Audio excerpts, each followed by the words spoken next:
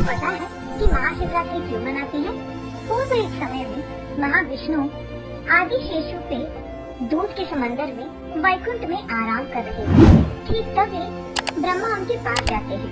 गहरी नींद में होने के कारण महाविष्णु को पता नहीं चलता कि ब्रह्मा वहाँ आए हैं। इस बात से नाराज होकर ब्रह्मा उनसे पूछते हैं, ये क्या है? सृष्टिकर्ता हूँ मैं और मेरे आने के बावजूद तुमने मेरा आदर नहीं किया, चलो उठो। तब विष्णु ब्रह्मा की बातें सुनकर हंसकर उनकी तरफ देखकर ये कहते हैं, जब पूरा मेरे अंदर है तो मैं नहीं, तुम्हें मुझे आदर देना होगा। तुम मेरे कमल में से पैदा हुए हो और तुम मुझसे जबान लड़ा रहे हो। ऐसे ही ब्रह्मा और विष्णु में झगड़ा हो जाता है। दोनों इसी बहस में लग जाते हैं कि कौन ज्यादा महान है। और ऐसे ही आखिर में ब्रह्मा हंस वाहन पे और विष्णु गरुड़ वाहन पे युद्ध शुरू करते हैं। इन दोनों की लड़ाई के दौरान सारे देवता देवताएं उनके अपने वाहन को छोड़कर इन दोनों के युद्ध को देखना शुरू करते हैं। दोनों में कोई भी हार नहीं मानता है और एक दूसरे पे बहुत शक्तिशाली बाण छोड़ते ही रहते हैं। और उस युद्ध के बीच में एक समय ऐसे आता है जब विष्णु महेश्वरास्त्र और ब्रह्मा पशुपास्त्र छोड़ते हैं एक दूसरे पे। इन दोनों का ऐसे तगड़ा युद्ध देख देवताएं बहुत घबराते हैं, इतना कि वो भागते हुए कैलाश की ओर बढ़ते हैं। जब सारे देवता देवताएं शिवा के पास आते हैं उनसे मदद मांगने, सारे देवता देवताओं को परेशान देख शिवा कहते हैं कि मुझे पहले ही पता था कि ब्रह्मा और विष्णु के बीच में लड़ाई होने वाली है। मुझे पता है कि तुम लोग डर के मारे यहाँ आए हो। फिक्र मत करो, इसका हल मैं निकालूंगा। ये कहकर शिवा उनके पति पार्वती देवी विष्णु और ब्रह्मा की युद्ध भूमि की ओर चलने लगते हैं। युद्ध भूमि पहुँचते ही शिवा चुपके से उन दोनों की लड़ाई को दूर से देखते हैं। ठीक तभी महेश्वरास्त्र और पशुपास्त्र चलने लगता है।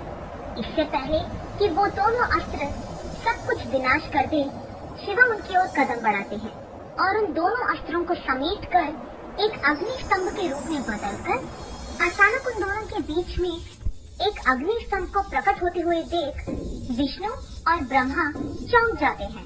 इस स्तंभ का आदि और अंत जो भी पहले जान पाता है वही महान है। ऐसे उस अग्नि स्तंभ से बातें महाविष्णु को और ब्रह्मा को सुनाई देते हैं। ये बातें सुनते ही ब्रह्मा आदि की ओर बढ़ने लगते हैं और उसके ठीक तुरंत बाद विष्णु भी अंत की ओर बढ़ने लगते हैं। बहुत देर होने के बाद भी और बहुत दूर जाने के बावजूद महाविष्णु को उस स्तंभ का अंत नहीं मिलने के कारण अंत की ओर बढ़ने लगते हैं। बहुत देर होने के बाद भी और बहुत दूर जाने के बावजूद महाविष्णु को उस स्तंभ का अंत नहीं मिलने के कारण वो मुड़कर वापस अग्नि स्तंभ की ओर बढ़ने लगते हैं। और दूसरी तरफ जब ब्रह्मा आदि की ओर बढ़ रहे थे तो उनको रास्ते में एक गाय और एक मुगली का फूल उनको दिखाई देता है। उन दोनों को देख उनसे दोस्ती करके ब्रह्मा उनसे ये बुलवाने की कोशिश करता है कि उन्होंने उस स्तंभ का आदि देखा है और वो दोनों ब्रह्मा के गवाह बनेंगे। और इस बात के लिए गाय और मुगली का फूल दोनों मानते हैं। इन दोनों से वचन लेने के बाद ब्रह्मा मुड़कर वापस अग्नि स्तंभ की ओर बढ़ने लगते हैं। अग्नि स्तंभ पे पहुंचकर वहाँ विष्णु को देख ब्रह्मा ये कहता है कि वो पहले ही आदि तक जाकर उसे देखकर वापस आ चुका है। और विष्णुमूर्ति कहते हैं कि उनको अंत ना मिलने के कारण उन्होंने अंत नहीं देखा। ब्रह्मा की इन बातों को मानने के लिए ब्रह्मा उनके गवाह को विष्णुमूर्ति के सामने पेश करता है और वो गवाह है गाय और मुगली का फूल। वो दोनों ब्रह्मा को दिए हुए वचन के अनुसार ये कहते हैं कि ब्रह्मा आदि तक जा चुका है। जब शिवा के सामने सच बोलने की बारी आती है तब ब्रह्मा की गवाह मुगल का फूल ये कहता है कि ब्रह्मा ने आदि को देखा है। पर गाय मुंह से हाँ कहती है और अपनी पूंछ से ना कहती है। ये देख शिवा को बहुत गुस्सा आता है। क्रोधित होकर शिवा वापस उनके मानव के रूप में प्रकट होते हैं और ब्रह्मा को झूठ कहने के कारण ये श्राप देते हैं कि उनको कभी भी कोई भी मनुष्य नहीं पूजेगा।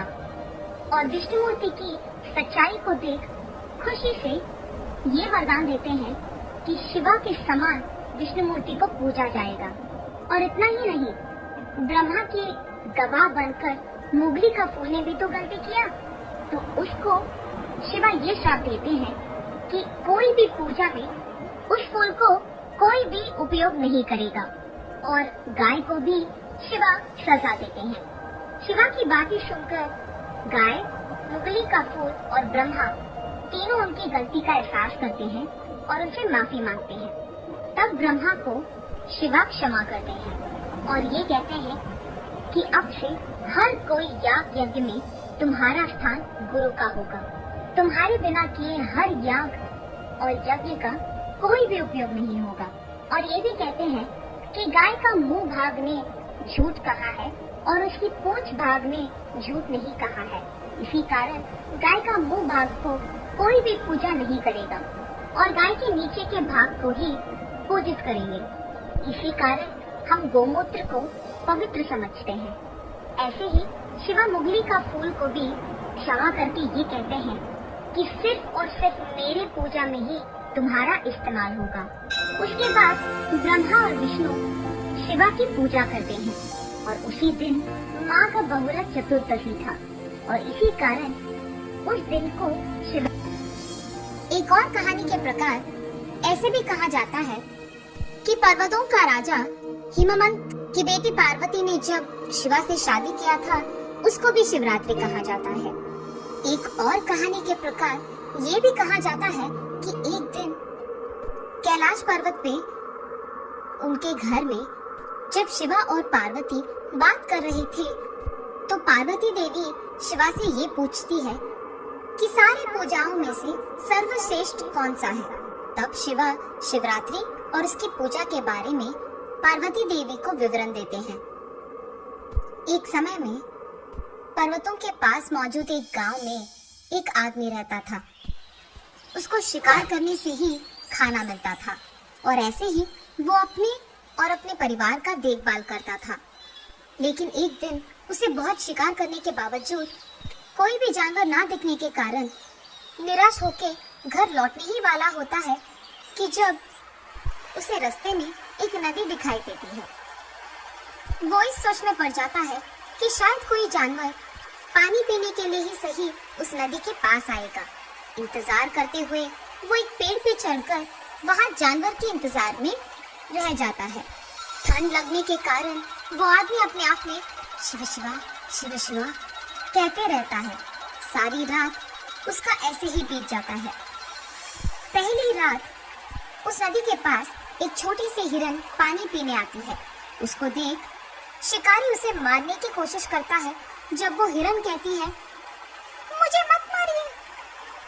हिरन के मुंह से बातें सुनकर शिकारी चौंक जाता है और उसे पूछता है कि अगर ये मनुष्य है तो हिरन के रूप में क्या कर रही है। तब वो हिरन समझाती है कि वो एक अप्सरसा है जिसका नाम रंभा है।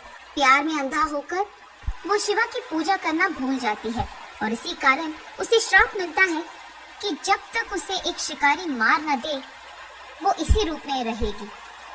ये सब समझाकर वो हिरन कहती है कि अगर आप मुझे मार देंगे अभी तो मैं मनुष्य बन जाऊंगी, पर अब मैं गर्भवती हूँ। मैं तो बच जाऊंगी पर मेरा बच्चा नहीं बचेगा। इसी कारण मैं अपने बच्चे को जन्म देकर उसे अपने बंधुओं को देकर आपके पास खुद आ जाऊंगी। दूसरी रात को उस नदी के पास पानी पीने के लिए एक और हिरन आती है।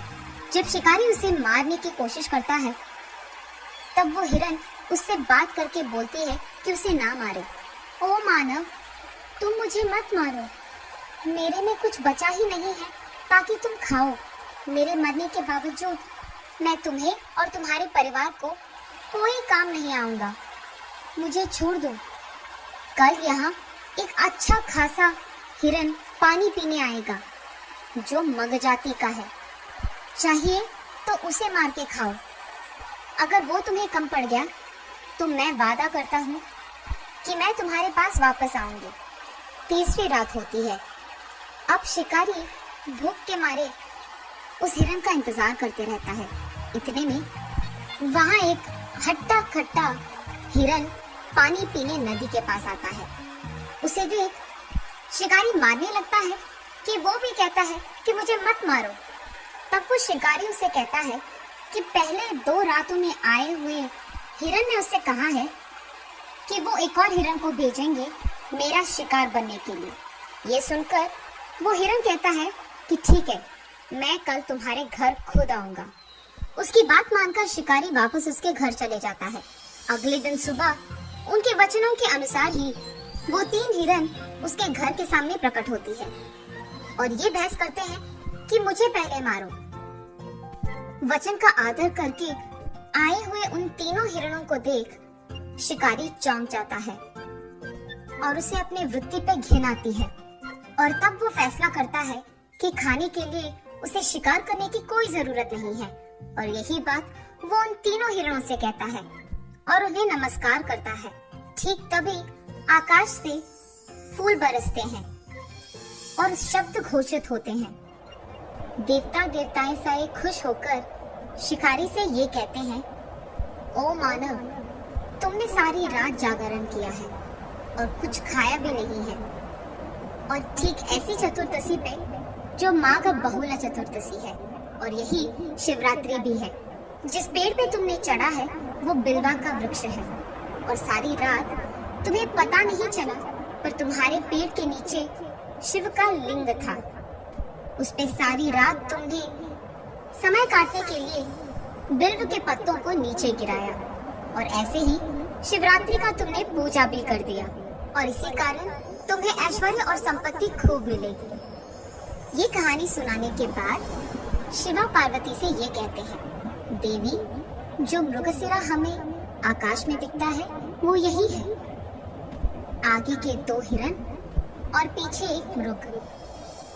तब से यही माना जाता है कि महाशिवरात्रि के दिन उपवास करते हुए, सारी रात जागरण करते हुए, शिवा की कहानियां सुनते हुए, उनके गाने गाते हुए इस त्योहार को मनाया जाता है।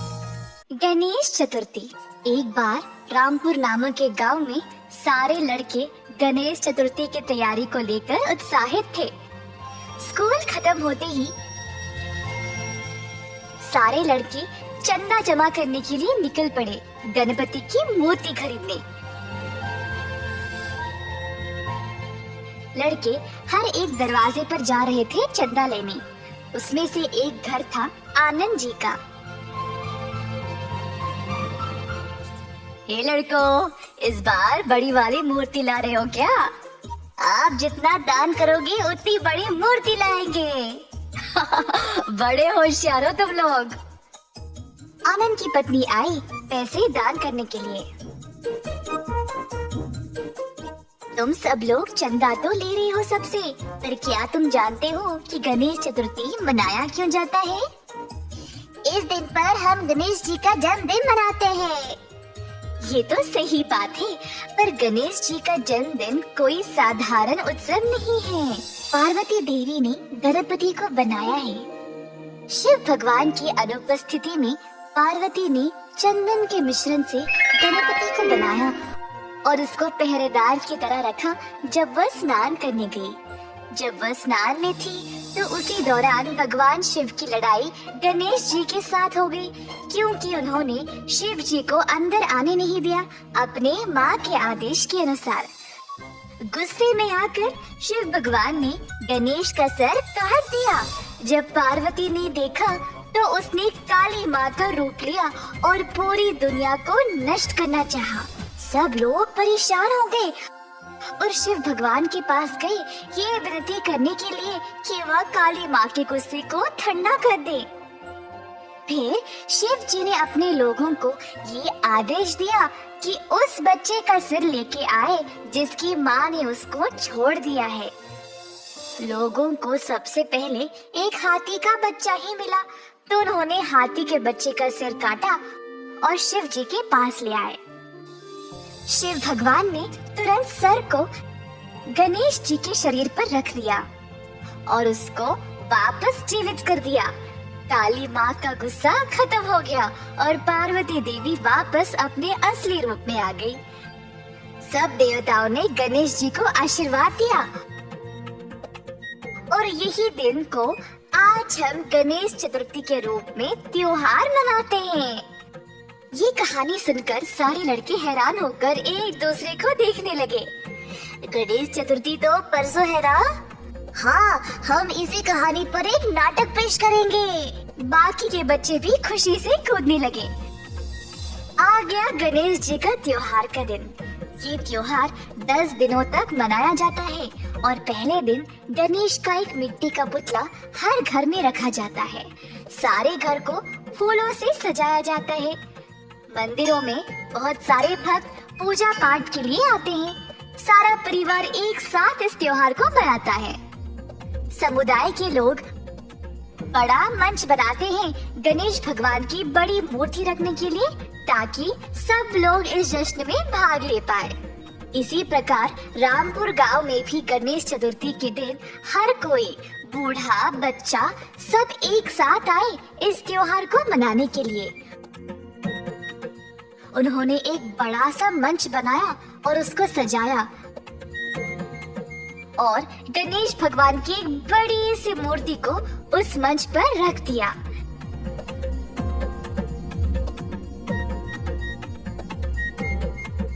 नारियल तोड़कर इस त्योहार की शुरुआत की गई। सब लोगों ने चर्चा किया। गणपति बप्पा मोरया, गणपति बप्पा मोरया, गणपति बप्पा मोरया। गणेश पूजा की शुरुआत होती है गणेश जी की मिट्टी की मूर्ति घरों में रखकर। फिर कई प्रकार के भोजन पकाए जाते हैं भगवान को भोग चढ़ाने के लिए। पुतले को ताजे पानी से नहलाया जाता है। दिए जलाकर आरती उतारी जाती है। कई भजन गाए जाते हैं और गणेश जी का जाप भी किया जाता है। ये माना जाता है कि इन भजनों से मूर्ति जीवित हो जाती है। लोग ये भी मानते हैं कि इस त्योहार के दिन गणेश भगवान स्वयं हर एक भक्त के घर में जाते हैं और उनके परिवार के लिए खुशियाँ और तरक्की ले जाते हैं। गणेश चतुर्थी भगवान गणेश का जन्मदिन है। ज्ञान, समृद्धि और सौभाग्य के भगवान, बोलो महाराजा की जय। अगले 10 दिन नाच गाने और पूजा पाठ में बीत गए। आखिरी दिन पर भगवान गणेश को बाहर लिया गया।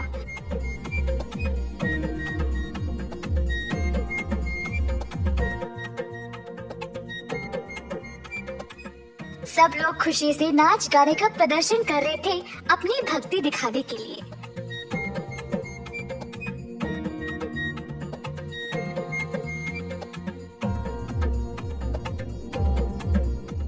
अंत में गणेश जी की मूर्ति को पानी में विसर्जन किया गया और सब लोग प्रार्थना करने लगे। रामनवमी। एक सुबह परिवार के सदस्य घर को फूलों और पत्तों से सजाने में लगे थे। इनको बहुत उत्सुक था और खुशी से अपने पापा के पास गया जो दरवाजे पर फूल लगा रहे थे। पापा, आज क्या खास है? आप घर को इतने सुंदर तरीके से क्यों सजा रहे हो? तभी माँ आई प्रसाद लेके और बोली, बेटा, आज रामनवमी है, भगवान राम जी का जन्मदिन। तभी नीलू आई पिंकू के पास और पूछी अगर वो उसके साथ इस त्योहार पर मंदिर चलेगा। वैसे रामनवमी का महत्व क्या है? हम इस दिन को क्यों मनाते हैं? उस समय बालू आया श्री राम जी की पेशाब में। मैं बताऊंगा कहानी, मैं बताऊंगा। पिंकू और नीलू बालू को राम जी के भेष में देखकर हैरान रह गए। वाह बालू, तुम बराबर भगवान राम की तरह लग रहे हो। ओह धन्यवाद। अच्छा ठीक है, मैं रामनवमी की कहानी सुनाऊंगा। कई साल पहले रहते थे महाराज दशरथ, जिनकी कोई संतान नहीं थी, जिसकी वजह से वे परेशान थे। संत वशिष्ठ ने उनको ये सलाह दी कि वह यज्ञ पूजा करें और उनको 4 पुत्रों का वरदान मिलेगा। जल्द एक दिव्य व्यक्ति यज्ञ की आग से निकल आया, हाथ में मिठाई की थाल लिए हुए। उसने इन मिठाइयों को अपने 3 पत्नियों के बीच बांटने के लिए कहा। जल्द कौशल्या ने एक पुत्र को जन्म दिया जिसको राम का नाम दिया गया। वह अपने तीनों भाइयों के साथ एक दूसरे के लिए प्रेम और आदर के साथ बड़ा हुआ। तो राम जी का जन्मदिन रामनवमी के नाम से मनाया जाता है। हो, तो रामनवमी का त्योहार कैसे मनाया जाता है? हम बोलेंगे। मम्मी मुझे और बाकी लोगों को सुबह सवेरे जगाती है। फिर हम सब सुबह की रस्म रिवाज करते हैं और सूर्य को प्रार्थना करते हैं। और पता है, सारे मंदिर और घर इतने सुंदर तरीके से सजाए जाते हैं। मेरी मम्मी मुझे भजन कीर्तन सुनने के लिए मंदिर ले जाती है प्रभु राम के जन्म के जश्न में, और मुझे तो गाना कितना पसंद है। और फिर मंदिर के पुजारी मजेदार मिठाई और फल सब भक्तों में बांटते हैं। मेरी मम्मी स्वादिष्ट पानका बनाती है हर साल इस त्योहार पे। बहुत ही मजेदार होता है। आज मैं तुम लोगों को पिलाऊंगा। और पिंको की मम्मी ने सबको पानका पिलाया। हम सब इस दिन पे उपवास रखते हैं भगवान राम जी को प्रसन्न करने के लिए। हे, मेरी मम्मी भी उपवास रखती है। और इसके अलावा आज केवल राम भगवान का जन्मदिन ही नहीं, बल्कि राम और सीता का विवाह भी हुआ था। आज के दिन सीता राम कल्याण उत्सव भी मनाया जाता है। मैं तुम सबको सीताराम विवाह की कहानी सुनाती हूँ। एक बार था एक राजा जनका महाराज, जो सीता के पिताश्री थे। जब सीता विवाह की लायक हुई, तब उसके पिताश्री ने उसके लिए एक स्वयंवर का प्रबंध किया। जो भी शिव धनुष एक भारी धनुष को तोड़ पाएगा, वही सीता के लिए योग्य होगा। बहुत सारे राजकुमार कई राज्यों से आए स्वयंवर के लिए। सीता के हाथ के लिए अन्य धर्मों और संस्कृतियों से आए राजकुमार, परंतु कोई भी शिव धनुष को उठा नहीं पाया। बहुत बलवान पुरुष भी थे, पर बहुत कोशिश करने के बाद भी कोई सफल नहीं हो पाया। उस समय राम और लक्ष्मण उधर आए अपने गुरु वशिष्ठ के साथ शिव धनुष को देखने के लिए। वशिष्ठ ने राम और लक्ष्मण को जनका महाराज से मिलाया और शिव धनुष को देखने की अनुमति मांगी। जनका महाराज ने समझाया कि आज सीता राजकुमारी का स्वयंवर था, और जो भी इस धनुष को तोड़ पाएगा, वही सीता के पति बनने के लायक होगा। महाराज ने उनको शिव धनुष देखने की अनुमति दे दी। राम ने शिव धनुष को देखा और देखते ही उससे जुड़ा हुआ महसूस करने लगा। बस राम नीचे झुका और आराम से शिव धनुष को उठा लिया। सब लोग ये नजारा देखकर आश्चर्यचकित रह गए। राम ने तब शिव धनुष को तोड़ दिया और सब लोग जयकार करने लगे। इसके बाद राम का विवाह सीता के साथ हो गया, राम जी के जन्मदिन पर ही। और बहुत सारे लोग जमा हुए इस अनोखे अवसर को देखने के लिए। राम और सीता का विवाह एक त्योहार की तरह मनाया गया। वाह, हमें राम और सीता की पूरी कहानी सुनने का कभी मौका ही नहीं मिला। इस कहानी को सुनने में बड़ा मजा आया। मैं मंदिर में जश्न मनाने के लिए अब और इंतजार नहीं कर सकता। तो चलो और सजावट करने में मदद करें, बहुत मजा आएगा। फिर हम स्वादिष्ट मिठाइयाँ भी खा सकते हैं। मुझे सब में हिस्सा लेना है। एक मिनट दोस्तों, मैं अभी आया। पिंकू भी राम जी के रूप में तैयार हुआ और फिर तीनों दोस्त साथ गए मंदिर रामनवमी मनाने के लिए। एक दूसरे के साथ सबने बहुत मजे किए और मंदिर में अपने परिवार के साथ अच्छा समय बिताया। सबको रामनवमी की शुभकामनाएं।